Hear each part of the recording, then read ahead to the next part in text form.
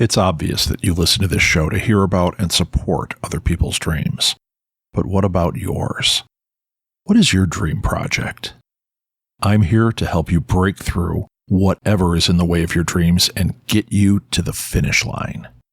Go to dreamingbigcoaching.com today and take the first step. Literally, it's a button you can click to sign up for a free consultation with me. Let's find out if I can help you reach your goal. Click on Take the First Step. It's that simple to start the rest of your life. Get coached by Rob Southgate at dreamingbigcoaching.com. Look, we're all nerds here. Todd Stashwick's Nerd Circus is a great place to pick up nerdy paraphernalia and groovy wares. How about some sweet lava lamp dice? Or maybe a funky 70s Rec Room Nerd Circus dice box? Does that do anything for you? Need a drink? What about the book Mystic Libations? Critical cocktails for the thirsty adventurer. Look, Todd Stashwick's Nerd Circus is the place for nerdy threads, cool tabletop gifts, and more. Go to thenerdcircus.com and check out the cool stuff. Oh yeah, and let them know the TTRPG Insider sent you.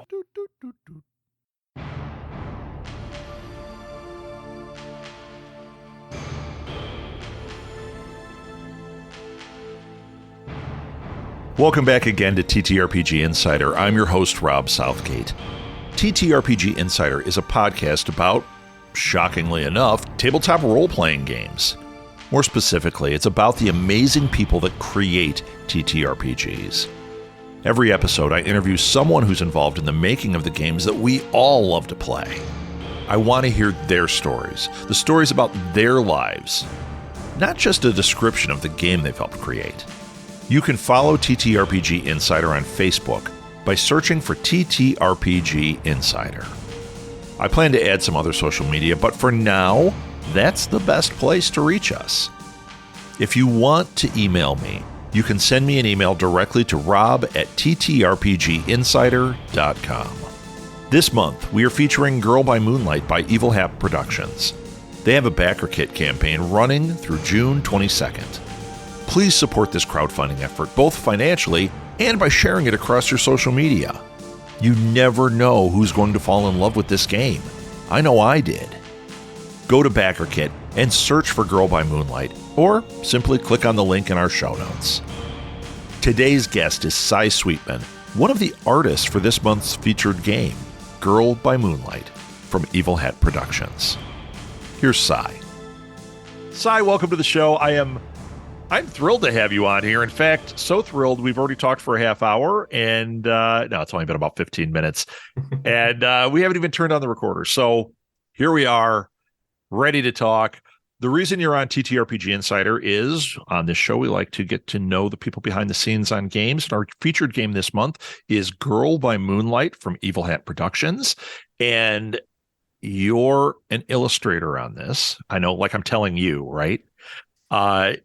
Before we get into Girl By Moonlight and we get into all this crazy stuff that I know you and I are going to talk about, why don't you tell people who you are and what you do?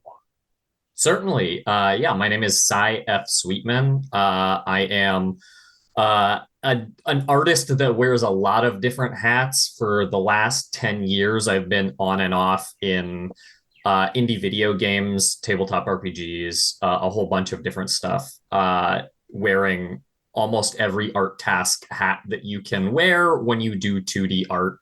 When you work in indie games, like a lot of the time I'm working in teams of like, I'm the only artist or one of two artists. So you have to learn how to do concept art, production art, promotional art, UI design, all of that stuff. But for the last 5 years or so, I've been primarily an illustrator. I think a lot of people who, if they know my work from having been fairly prolific for a while at doing fan art of the podcast Friends at the Table.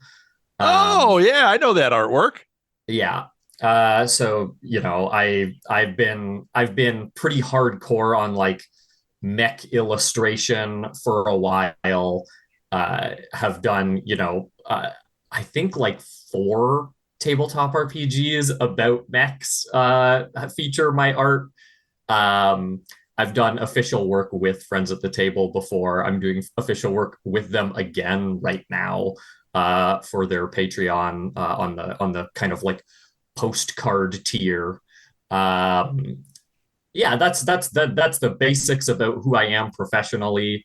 Um, Personally, I am an artist who likes to make robots and weird little guys. There you go. You boiled it all down to that. Mm-hmm. So were you always like as a kid, was the dream to be an artist? Was this just like the Oh yeah, thing? yeah. Yeah. Well, I don't know that it was necessarily to do art professionally the whole way through. I think if you were to ask my parents, there would be a series of different careers of varying levels of feasibility. I grew up next to a river in Toronto, and I remember my first ever dream job was that I was going to build a cabin next to that river and be a salmon fisherman. Um, but Hey, not bad. yeah, I think when I was around 11 years old, the second time that I got into and fell off of Magic the Gathering, I was like, oh, I'm going to do cool art. And if you look at like my drawings from when I'm 3 years old all the way through all of school into university, it was just I'm gonna draw like robots and dragons and animals Yeah. until I'm good enough that people are gonna pay me to do this. So like it's I have some of my old like sketchbooks from when I was like 8 or 9 years old, and the amount of pages and pages of like pencil crayon terrible rip-off versions of the xenomorph from Alien. It's endless, and it was just kind of, yeah, I'm gonna keep doing this thing, and I still do that. I still am shamelessly ripping off creatures I think are really cool. Yeah. You know what? That is how it works Yeah. as an artist. I know so many, I'm friends with a ton of comic book artists, and your story is not dissimilar to what they say. And but it's funny. It's funny because what you said does give me insight. I'm looking at your website here, and gotta say, your artwork is phenomenal. I am completely drawn to it. Uh, what's interesting though is I can see how that kid evolved into this. And that's what I find with some of my friends also. Like I have a friend that now is the head comic book guy drawing Underdog. Okay. Who even knew somebody was still drawing Underdog? Well, there's an I Underdog did. comic, and he does. And then I look at his portfolio of various books he's working on, and I'm like, oh, he has that style, but not just that artist, that time period. Mm-hmm. And then you start talking to him, and that's the artwork that lit him up as a kid. He's like, I just sat and drew, Underdog and Bob Kane's Batman and all that stuff over and over and over. And all my characters kind of ended up looking like those back then. Dick Tracy, too. A lot of Dick Tracy. So I get it. Now, I want to say something about your artwork. Okay. Right away. Number one, I love your use of color. I love the lighting on it. Lighting is so important. Your stuff is not flat. It looks like it lives. You know what I mean? I'm sure you know what I mean. Thank you. Yes. Looking at your science fiction, your space stuff, yeah, I am into it. I am Okay. definitely into it. It's reminding me also, and I'm sure you probably were into this stuff. Everyone now talks about anime, right? Yeah. But then there was that earlier anime that kind of inspired stuff that is now out there. I'm seeing that, like even like a later one, like it seems like they were inspired by Mobius, who did heavy metal. Yeah. Like No, I see that in your artwork. I mean, Mobius is like, if you are into sci-fi illustration at all, Mobius is kind of like the godfather of inspiration for like a whole generation of artists. Yeah. And I think you will still find people getting into sci-fi are like highly inspired by Mobius. I mean, um, there's a huge back and forth between Mobius and Hayao Miyazaki that Yeah. happens. Yeah. And I see that here those too. two, those two like had a relatively distant but like friendship and relationship, and you can really see like, you know, Nausicaa is probably one of the formative works of my early adulthood, and Nausicaa and Mobius are like very highly in conversation with one another and are both extremely influential to sci-fi that happens after them. Well, that's a compliment that I see it in your work because I spotted it immediately and I love it. So that's from my untrained eye, just a very used eye when it comes to this stuff.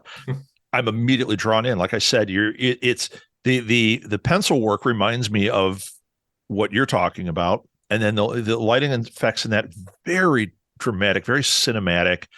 I can see why you like working in TTRPG as well. Yeah, hey, TTRPG is a lot of fun to work in, mostly because people come to me for the thing that I like doing.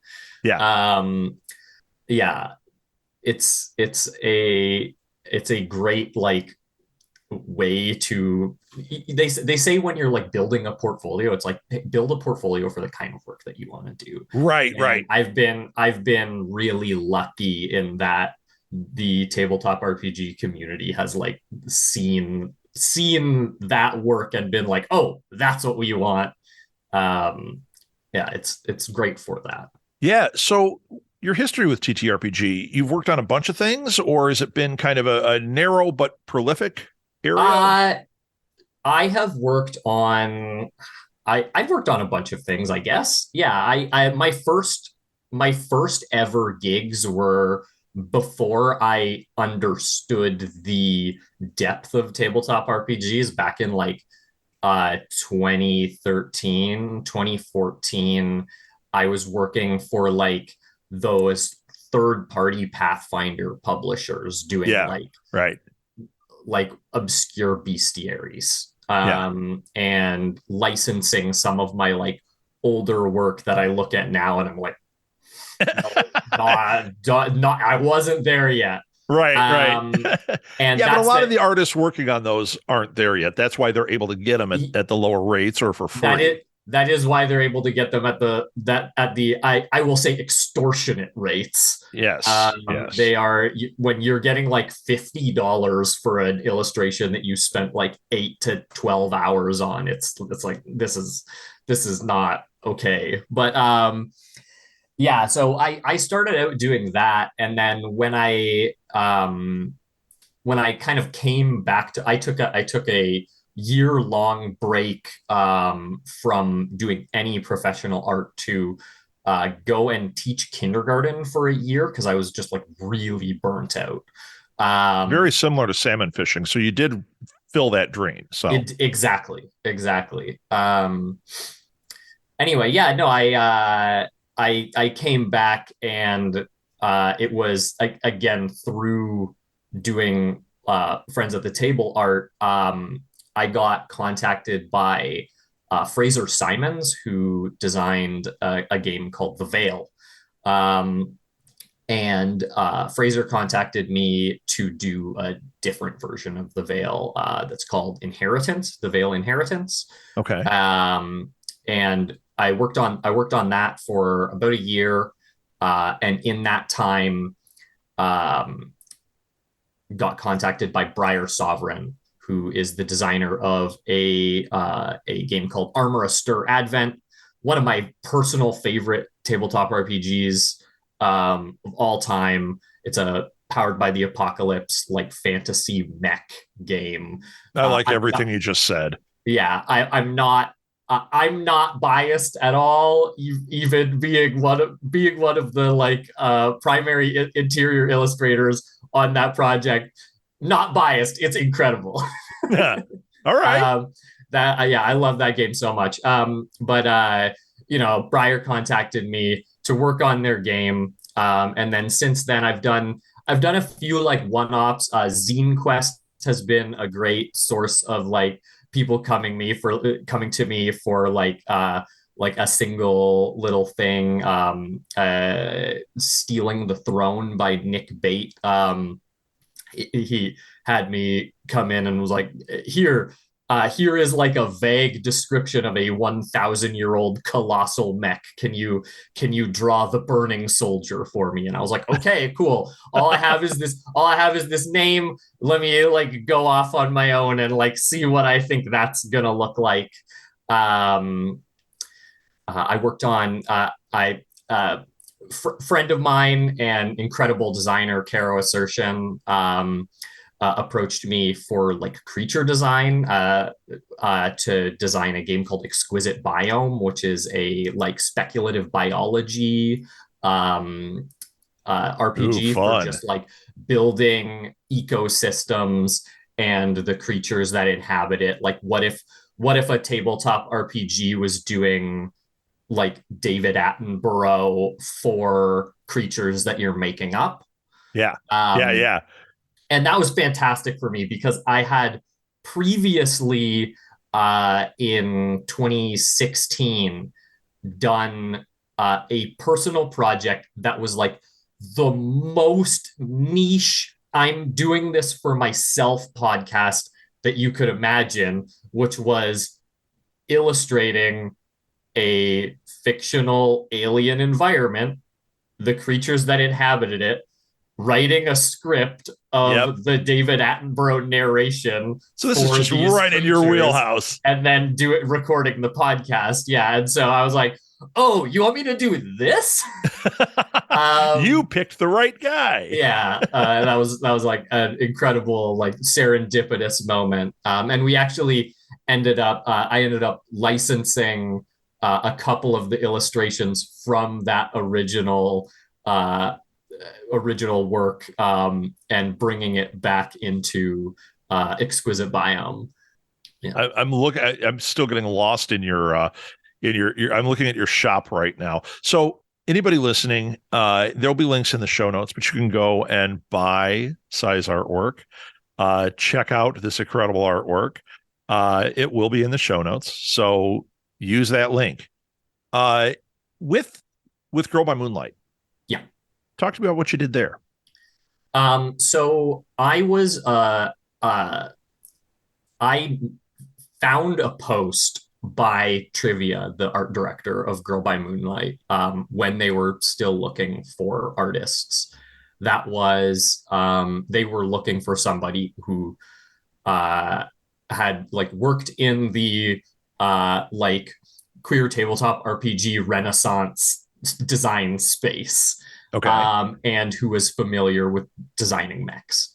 And I was like, that's me. I could do that.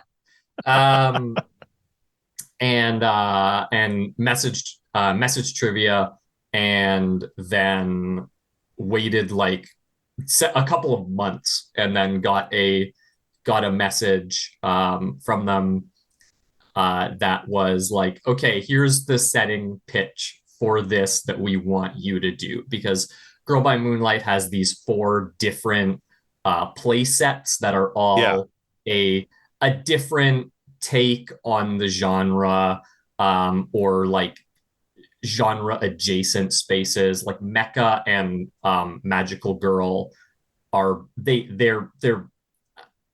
have elements that are in conversation with each other. I think they get associated Right. a lot, for the way they kind of like are both about bodies, about sacrifice.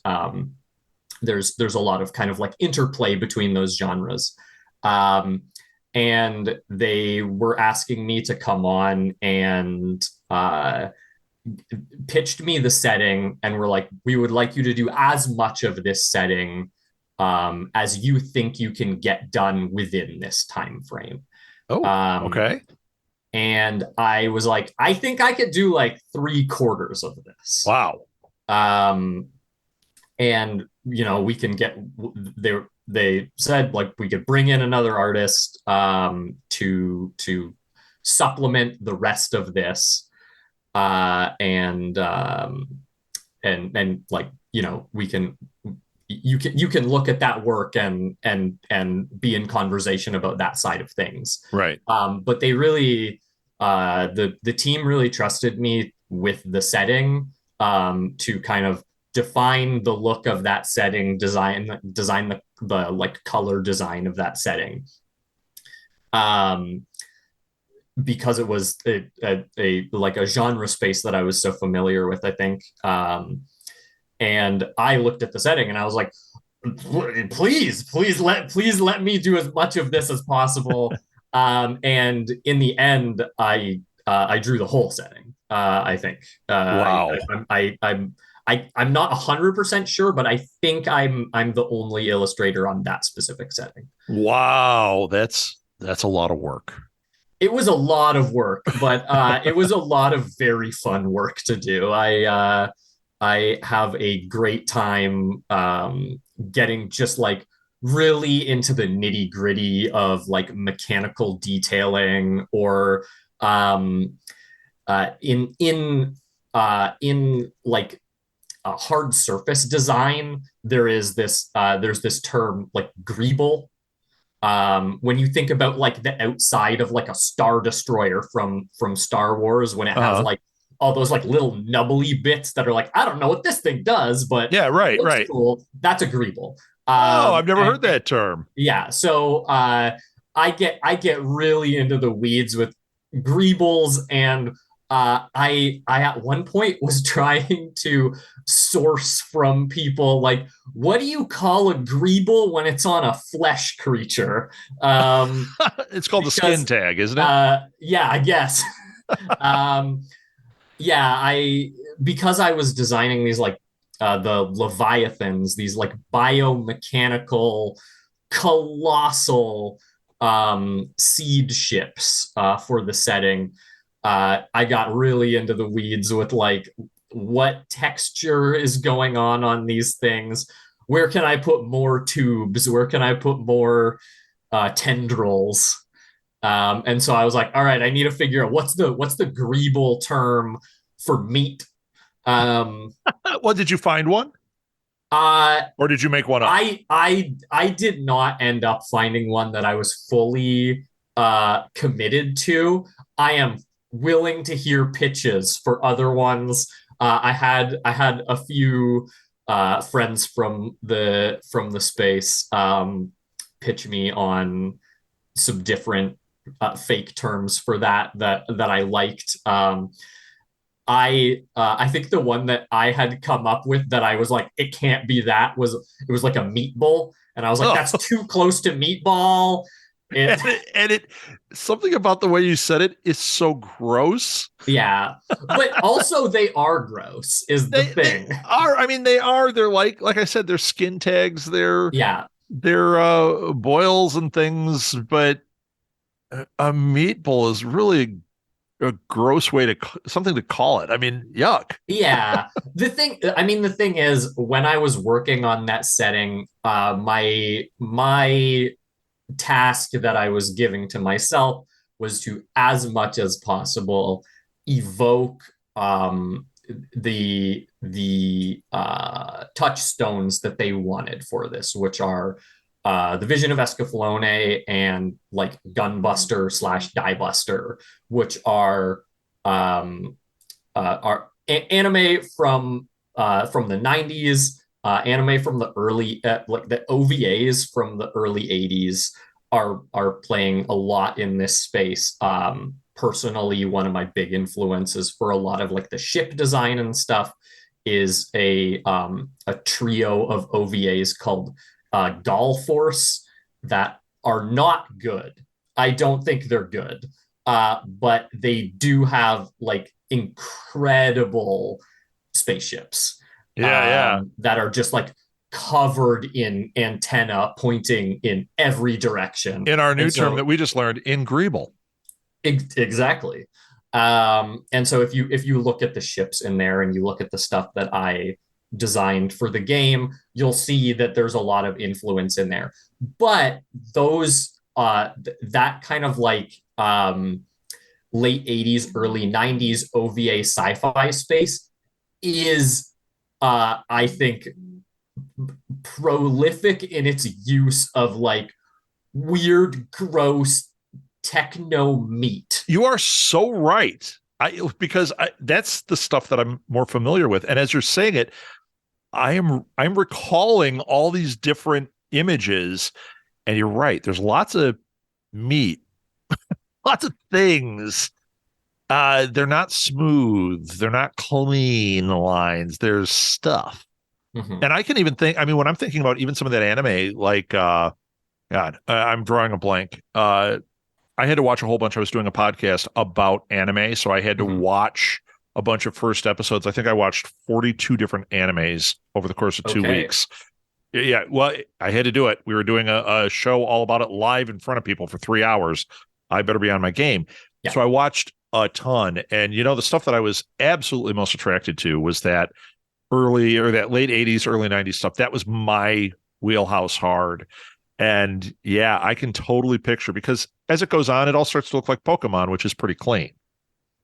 I don't necessarily know that's true. There's a very broad spectrum of aesthetics that get developed over the years, right? It's not a genre, it's a medium. And so you get it going in a bazillion different visual directions. But I think that there is something that is very specific about that era of OVA, where they're like these direct to VHS productions. Yeah. And because they're not being aired on TV, they're like, here's where we can put the most sex and violence. And right.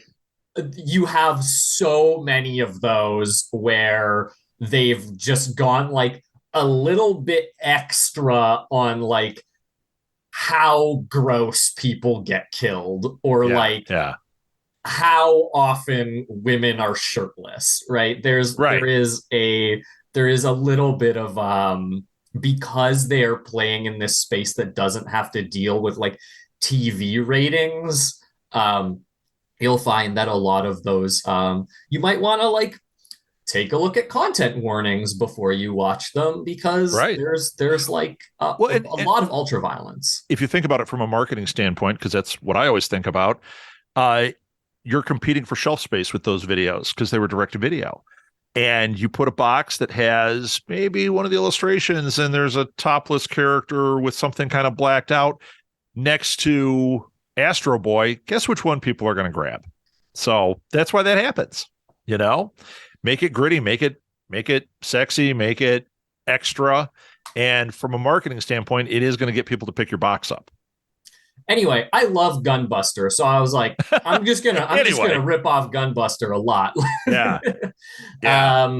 It's that is a show that truly features like incredible weird alien ship hybrids. Yeah. And so when I read the brief for the universe that On a Sea of Stars takes place in, I was like, I really want to. It's Gunbuster, yeah. I really want to get the Gunbuster in here. I really want people to look at this and see, oh yeah, here's some Gunbuster. So I want to make it clear for people listening. Once again, there is a backer kit going right now during this month for Girl by Moonlight. So you can go to backer kit and search Girl by Moonlight, and you can jump in here. And even though it's hit its goal, like tremendously hit its goal, you can still get the books. You can still get the game. It's a great way to support the company. When you're looking at it, though, go look. You can scroll down and you can see the 4 major series play sets. And the one that you did is On a Sea of Stars. And you can see some of the illustrations, and they are fantastic. Although I got to say, all the artwork here is dynamite. This is a great looking book. This book is so pretty. All the artists like knocked it out of the park. And I love that they managed to put together a team where each setting does have its own aesthetic. It one of the really interesting things about working on the project was like knowing that we had this like diverse set of settings and being like, okay, I want to color design this thing so that it you can, on looking at one of the illustrations, what setting it is. You know which setting it is just by Yeah. like the color design and the style that it's in. And that was like a really interesting challenge of it, was making sure that you are kind of working within that boundary. So you'll see, like, I don't ever use blue really in any of my illustrations for the book, and that's very intentional. I don't use, in spite of the fact that I'm drawing space, I don't use black. Oh, interesting. Yeah, and part of that was that I knew that there were other settings that were going to be more heavy on the black or more heavy on the blue, and I wanted to push in a different direction. And so you'll see me use, I refer to it as the sherbet palette, but it's there's like really heavy use of magenta, green, and like light oranges. Yeah, I see it. I see it. And other than that, I'm working in this like very neutral palette, but a lot of orange, magenta, and green, so that those become what space is. And I really love when space is colorful in that way. And so for me, I like heard on a sea of stars and I was like, oh, I want space to be a coral reef. Yeah. Oh, I love that. What a great idea too. Thank you. Yeah. I stopped you dead there by complimenting you. So, okay, we've run out of time. I have had so much fun talking to you. I'm going to invite you back on another time so we can talk more about art and about just stuff. I didn't even get to the big questions about TTRPG and your history with it. So now we've chummed the water. We're going to have you back to talk about that. All right, anytime. Si, where can people interact with you? I will put everything in the show notes, but if somebody wanted to reach out and see your stuff and maybe contact you, where can they do that best? Absolutely. I am on Twitter at Si Sweetman, and I am on co-host at the same app. Si Sweetman. Basically, anywhere on the internet, you will find me at that handle. All one word. It looks like Sif Sweetman. So I am unfortunately not Sif, neither the Norse god nor the sword wielding wolf from Dark Souls, as much as I wish I was. But yeah, you can find me there, everywhere on the internet. Yeah, and I'll also put a link to Friends at the Table because it's an awesome podcast, and see the illustrations there. Yeah, we would definitely want to do that there too. Get that in the show notes. So once again, Si, thank you so much for being on. Great luck with Girl by Moonlight, and I can't wait to see what else you do. I also can't wait to see what else I do. I don't know. Could end up being a salmon fisherman. Hey. Yeah, maybe. It'd be cool. Thank you again, Si, for sharing all the awesome stories. I can't stress enough how cool your art is. I hope everyone listening checks it out. If you or anyone you know has a crowdfunding effort about to launch or currently going, send them my way. I love to share cool TTRPG projects and to help people reach their goals. You can connect with me through the TTRPG Insider Facebook page or via email directly to rob@ttrpginsider.com. TTRPG Insider is a production of Southgate Media Group. It's hosted, edited, and produced by me, Rob Southgate. Thanks so much for listening to the TTRPG Insider.